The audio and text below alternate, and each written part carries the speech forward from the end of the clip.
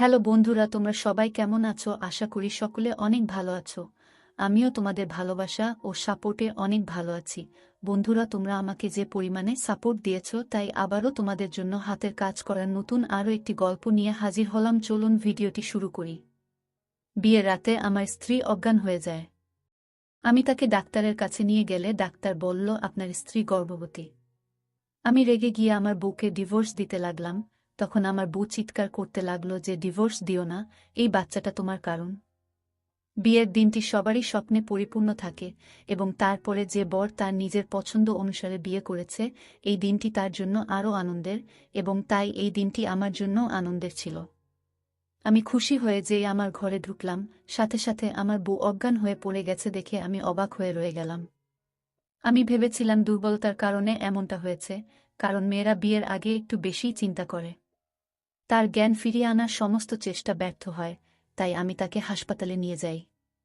ডাক্তাররা তাকে শক্তির ইনজেকশন দিয়েছিলেন এবং কিছু পরীক্ষা করেছিলেন, এবং পরে তার জ্ঞান ফিরেছিল।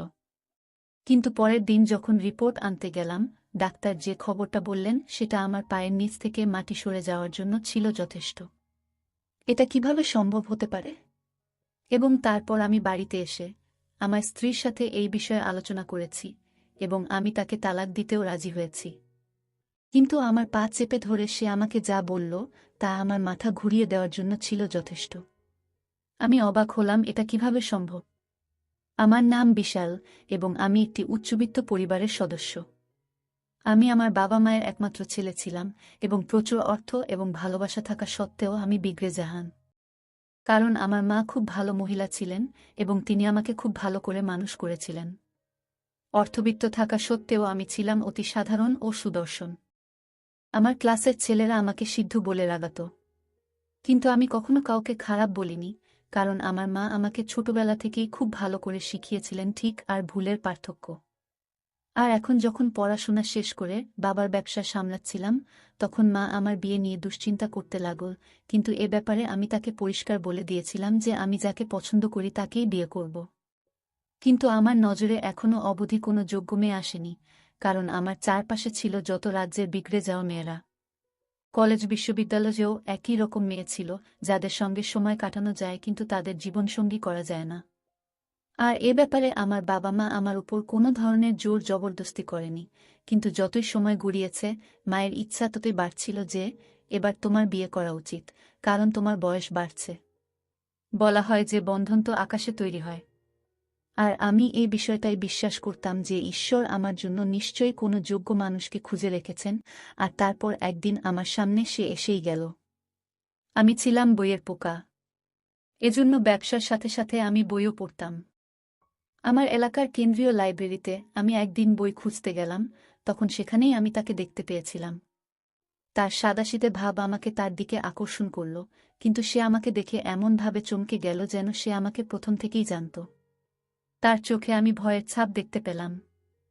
আর তাই আমি অবাক হয়ে গেলাম, আমি তো তাকে প্রথমবার দেখছি। সে আমাকে দেখে ভয় পেল কেন? কিন্তু আমি তার সাথে কথা বলার আগেই সে এমনভাবে দৌড় দিল যেন সে আমার থেকে পিছু ছাড়াতে চায়, এবং ব্যাপারটা আমাকে অবাক করেছিল। এই অদ্ভুত ব্যাপারটা আমায় অস্থির করে, আমাকে বারবার সেই লাইব্রেরিতে টেনে নিয়ে যেতে বাধ্য করে। এবং কয়েকদিন পর আমি তাকে আবার সেখানে দেখতে পেলাম। তাই আমি তার বাড়ি পর্যন্ত পিছু করলাম। আমি খোঁজ নিয়ে জানলাম ওর নাম কোমল। আর তারা বেশ কিছুদিন হলো এই এলাকাতে শিফট হয়েছে। আর সবথেকে বড় ব্যাপার হলো সে তার মা বাবার একমাত্র মেয়ে। এর থেকে বেশি আমি আর কিছু জানতে পারিনি। আমি তো তার সিধেসাধা ব্যক্তিত্বে প্রভাবিত হয়েছিলাম। তাহলে সে আমার থেকে ভয় পেত কেন, যখন কিনা আমি তার সাথে আজ পর্যন্ত কথাও বলিনি? তার ব্যাপারে আরও জানার জন্য আমি সুযোগ খুঁজতে লাগলাম, যাতে তার সাথে কথা বলতে পারি। আর বোধহয় সে বুঝতে পেরেছিল, এজন্য সেই সমস্ত জায়গায় যেখানে আমি যেতে পারি সে সেখানে যেন যেতে চাইত না। আর তার এই দূরে পালানোর ব্যাপারটা দিনের পর দিন আমাকে তার প্রতি আসক্ত করেছিল। তারপর ভাগ্য একদিন এমন একটা চমৎকার খেলা খেলল যে কিছুদিন পরে মেয়েটা আমার কোম্পানিতেই ট্রেনি হয়ে জয়েন করল। যেহেতু ট্রেনিংয়ের ইন্টারভিউ আমি নিতাম না, সেজন্য এই মেয়েটির আমার সামনাসামনি হওয়ার কোনো সুযোগ ছিল না।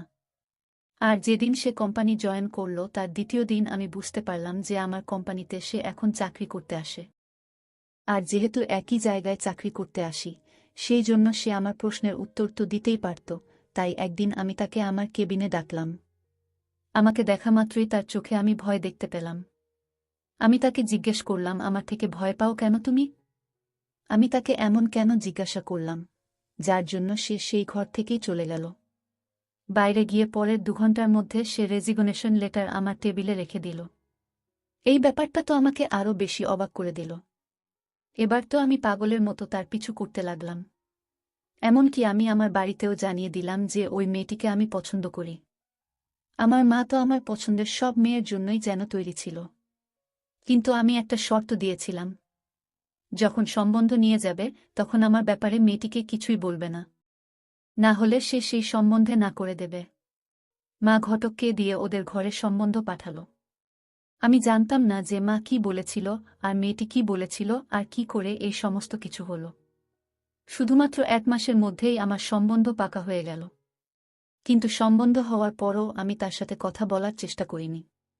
কেননা আমার মনে একটা ভয় ছিল, যদি আমি তার সামনে যাই তাহলে সে সম্বন্ধে না বলে দিতে পারে।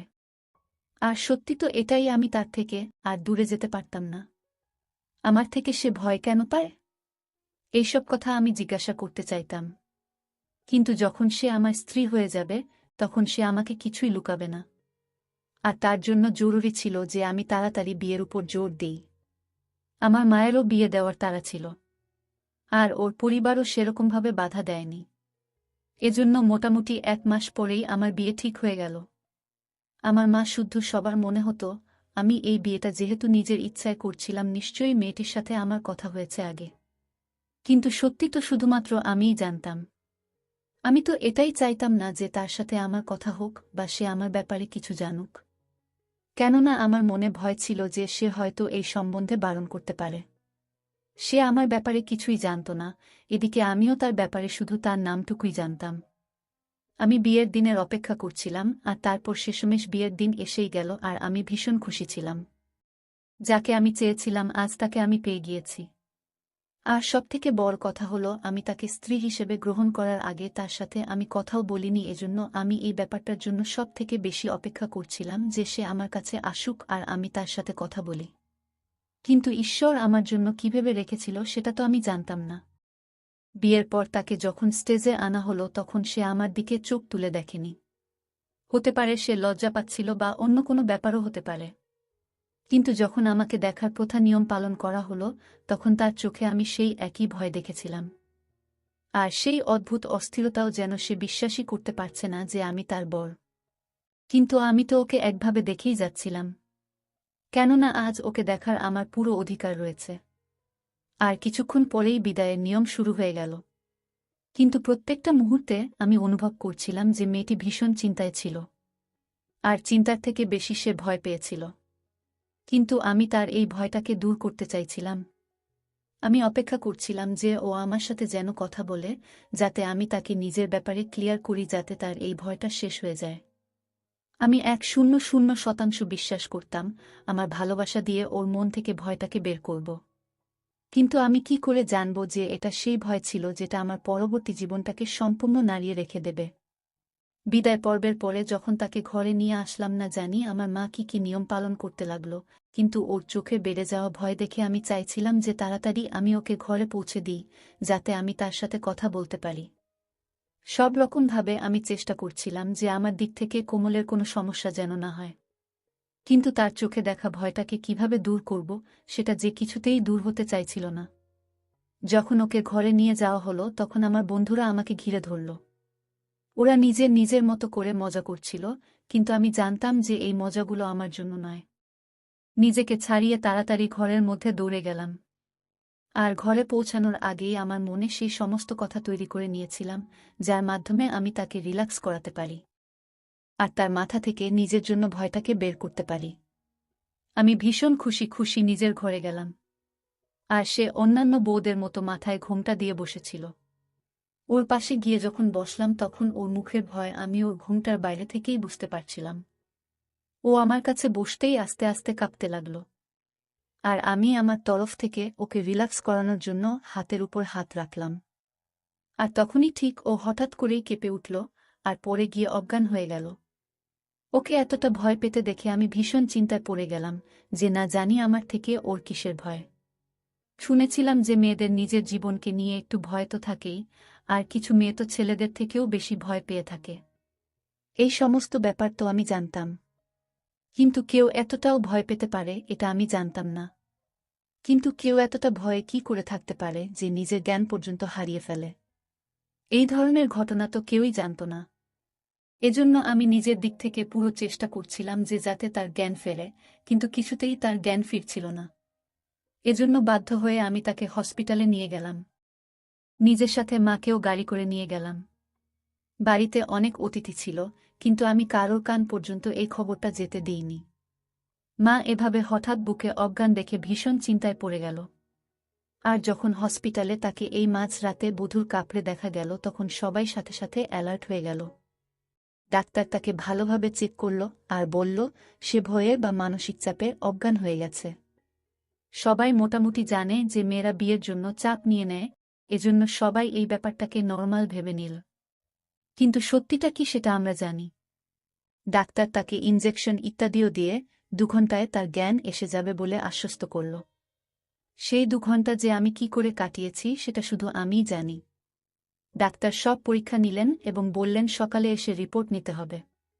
জ্ঞান ফেরার মাত্র 2 ঘণ্টা পর আমি তাকে বাড়ি ফিরিয়ে আনলাম এবং তার স্বাস্থ্যের কথা ভেবে তার সাথে আর কথা বললাম না। সেও নির্বে কাপড় পাল্টে শুয়ে পড়ল। এবং আমাদের সোনালি রাত হাসপাতালের জন্য এভাবেই নষ্ট হয়ে গিয়েছিল। আমি এই নিয়ে অবশ্য দুঃখিত ছিলাম না, আমি শুধু একটা বিষয়েই চিন্তিত ছিলাম, কেন আমার স্ত্রী এত ভয় পেয়েছিল, এবং আমি যে কোনো মূল্যে এটা জানতে চেয়েছিলাম।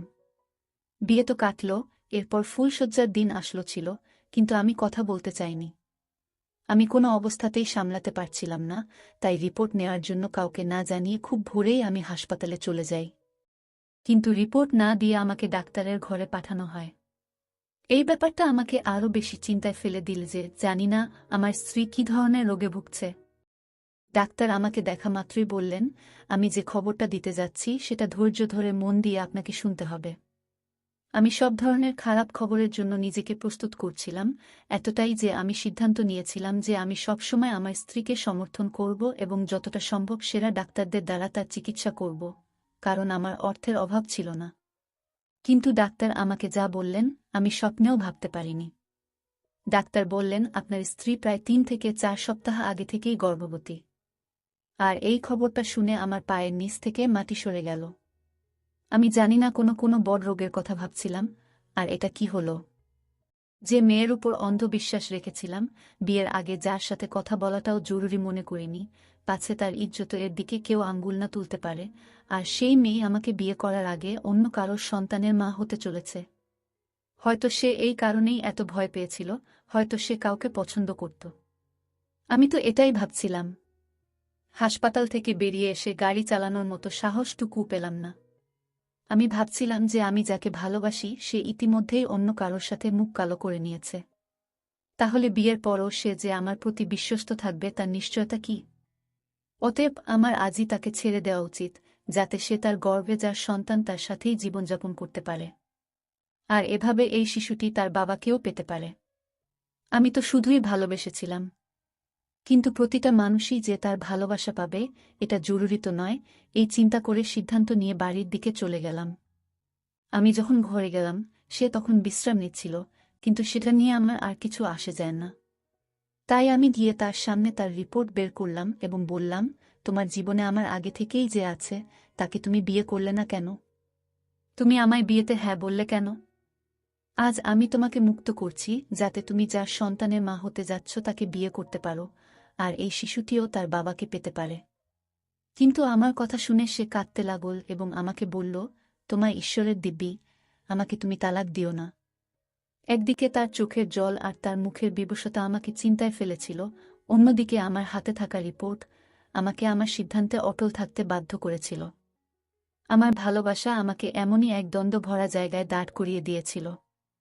কিন্তু আমি তাকে ডিভোর্স দিতে চাইছিলাম শুধু এই জন্য যে তার পেটে পালিত বাচ্চাটির জন্য আমার চিন্তা ছিল যে কাল কেই বা তাকে নিজের নাম দেবে। আমার মধ্যে তো এতটা সাহস ছিল না যে আমি নিজের নাম তাকে দিই। এদিকে আমার স্ত্রী এক নাগাড়ে কেঁদে চলেছিল। যখন সে দেখল যে আমি আমার সিদ্ধান্ত থেকে একেবারেই সরছি না, তখন সে এমন একটা অদ্ভুত আচরণ করল যেটা আমায় ভেতর পর্যন্ত নাড়িয়ে দিয়েছিল। সে নিজের ওড়না গা থেকে সরিয়ে আমার পায়ে রেখে দিয়েছিল। আমার প্রাণ নিয়ে নাও, কিন্তু আমাকে ডিভোর্স দিও না। কেননা এই বাচ্চাটা তোমারই। আমি জানি তুমি আমার সাথে বদলা নেওয়ার জন্য আমায় বিয়ে করেছ। যেমন চাও তেমন বদলা নাও। আমাকে মেরে ফেললেও আমি উফ পর্যন্ত করব না। কিন্তু আমাকে ডিভোর্স দিও না, তাতে আমার মা বাবা মরে যাবে। এদিকে আমি তো তার এই ব্যবহারে অবাক হয়ে গিয়েছিলাম। আমি ওড়নাটা তুলে তার গায়ে দিলাম আর তাকে বললাম, সম্মান দিয়ে তোমাকে নিয়ে এসেছি, আর তার জন্য আমার পায়ে তোমার ইজ্জত রাখার দরকার নেই। কিন্তু তুমি এটা কি বললে? এই বাচ্চাটা আমার। আমি তো তোমাকে জানিও না আর সম্বন্ধ পাঠিয়েছিলাম। কিন্তু সে বলল, আমি কসম খেতেও রাজি আছি যে এই বাচ্চাটা তোমারই। তার কথা আমাকে অবাক করে দিয়েছিল। যে কোনো দুর্বল থেকে দুর্বল চিত্তের মানুষও এত বড় দিব্যি খেতে পারে না।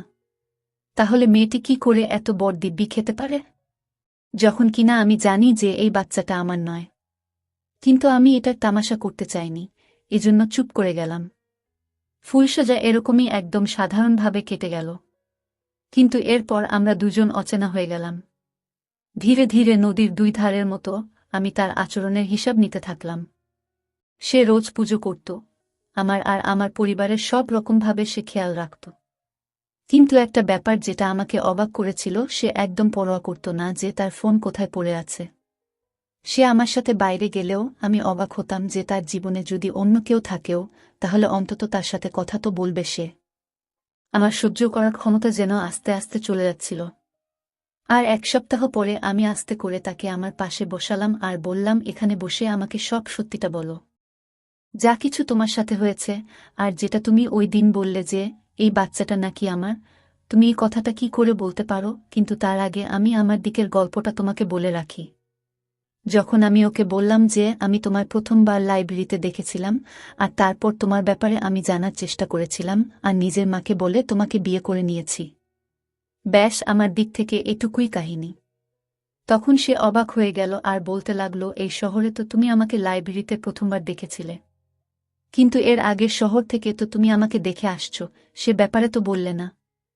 এটা শুনে আমি বললাম, কিন্তু এই শহর থেকে তো আমি কখনো বাইরেই যাইনি। আমি তো এই শহরেই লেখাপড়া শিখেছি, আর ব্যবসার ডিগ্রি তো আমি লন্ডন থেকে নিয়েছি। ও যে শহরের নাম বলল, আমি সেই শহরে কখনো ব্যবসার জন্য ডিল করতেও গিয়ে থাকতে পারি, কিন্তু সেখানে কখনো কোনো মেয়ে তো নজরে আসেনি। তখন সে বলল, এটা সত্যি না। আমি বললাম, তুমি নিজের গল্পটা বলো। তুমি এটা ভেবেই বলো যে ওটা আমিই ছিলাম। কিন্তু তোমার সাথে কি হয়েছে? ও বলল, কলেজে একটা ছেলেকে আমি পছন্দ করতাম, আর সেও আমাকে পছন্দ করত। যেমন সবার সাধারণ বন্ধুত্ব হয়, আমাদেরও সেরকমই ছিল, আর আমরা দুজন খুব ভালো বন্ধু হয়ে গিয়েছিলাম। কিন্তু শুধুমাত্র বন্ধু, আর তারপর এই বন্ধুত্বটা আস্তে আস্তে ভালোবাসায় বদলে গেল। আমার মা বাবাও এই ব্যাপারটা জানত। তাদের কোনো আপত্তি ছিল না, কেননা ছেলেটাও খুব ভালো ছিল। আর আমরা সব সময় বন্ধুত্বের সীমারেখার মধ্যে থেকেই কথা বলেছি। কাউকে না বলে আমরা কখনো দেখা করতে যেতাম না। আমাদের দেখা তো কলেজেই হয়ে যেত। কিন্তু যখন আমার কলেজের শেষ বছর ছিল, তখন ওই ছেলেটির কিছু বাজে ছেলের সাথে বন্ধুত্ব হলো, যার মধ্যে তুমিও ছিলে। আর জানি না তারা কিভাবে ওকে নেশা করা শিখিয়ে দিল, যার জন্য সে আমাকে যে কারোর কাছেই বিক্রি করতে রাজি ছিল, আর আমার দাম পর্যন্ত সে ধার্য করল। কিন্তু আমার ভাগ্য বোধহয় সেই সময় ভালোই ছিল। আমি এই ব্যাপারটা প্রথমেই বুঝে গিয়েছিলাম, যখন সে ফোনে তোমার সাথে কথা বলছিল। আমি পেছনে দাঁড়িয়েছিলাম আর সব শুনে নিয়েছিলাম।